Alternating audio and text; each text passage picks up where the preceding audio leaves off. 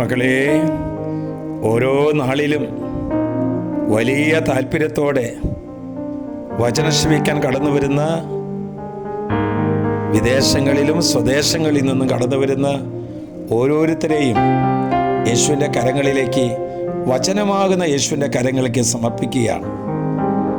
നമ്മുടെ സാമ്പത്തിക മേഖലകളിലും കുടുംബത്തിൻ്റെ മേഖലകളിലും നമ്മുടെ മക്കളുടെ കാര്യത്തിലും വചനമാകുന്ന യേശു ഇടപെട്ടുകൊണ്ടിരിക്കുകയാണെന്ന് ഓരോ സാക്ഷ്യങ്ങളിലൂടെ ഞാൻ മനസ്സിലാക്കുന്നുണ്ട്. ഇന്നിത് കർത്താവ് തരുന്ന വചനം ജോഷുവയുടെ പുസ്തകം 1-ാം അധ്യായം 5-ാം വാക്യം. നിന്നെ ആയുഷ്കാലത്തിൽ ഒരിക്കലും ആർക്കും നിന്നെ തോൽപ്പിക്കുവാൻ സാധിക്കുകയില്ല. ഞാൻ മൂശയോടെന്ന പോലെ നിന്നോട് കൂടെയും ഉണ്ടായിരിക്കും. എന്താണ് പറഞ്ഞത്? നിന്നോട് കൂടെയും ഉണ്ടായിരിക്കും.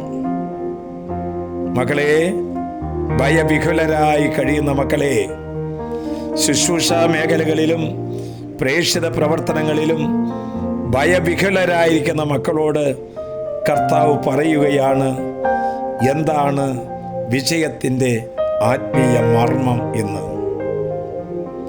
നമ്മുടെ സമ്പത്ത് കൊണ്ടും ആരോഗ്യം കൊണ്ടും കഴിവുകൾ കൊണ്ടും ബന്ധങ്ങൾ ഉപയോഗിച്ചും ദൈവത്തിലേക്ക് വളരാൻ ശ്രമിച്ചാൽ അവിടെ വിജയങ്ങൾ ആരംഭിക്കുകയായി.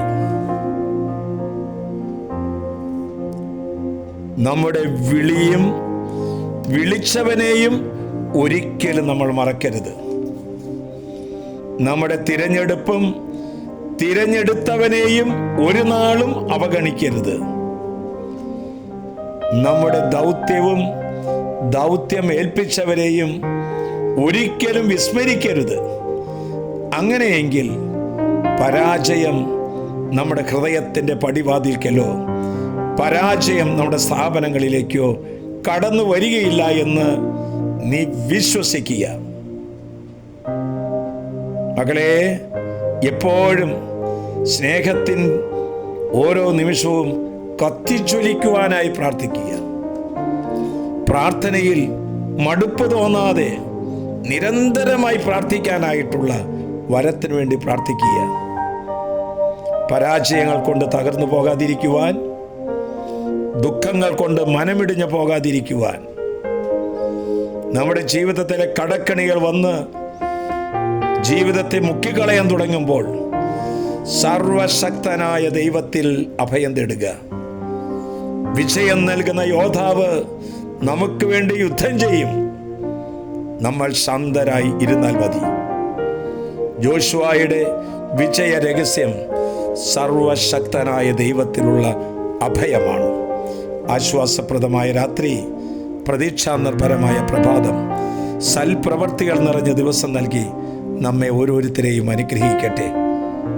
ഇതാ, ഭയപ്പാടുള്ള കുഞ്ഞുങ്ങളിലേക്കും ഭയന്ന് വികലരായിരിക്കുന്ന മാതാപിതാക്കന്മാരിലേക്കും ഈശോ കടന്നു വന്നുകൊണ്ട് നമ്മോട് പറയുകയാണ്, മൂശയോടെന്നതുപോലെ നിന്റെ കൂടെയും ഞാൻ ഉണ്ടായിരിക്കും. നമ്മുടെ കർത്താവ് ഈശോ മിശിഹായുടെ കൃപയും പിതാവായ ദൈവത്തിൻ്റെ സ്നേഹവും പരിശുദ്ധാത്മാവിന്റെ സഹവാസവും പരിമളവും നാം എല്ലാവരോടും ഈ കൂട്ടായ്മയോടും കൂടി ഉണ്ടായിരിക്കട്ടെ, ഇപ്പോഴും എപ്പോഴും എന്നേക്കും.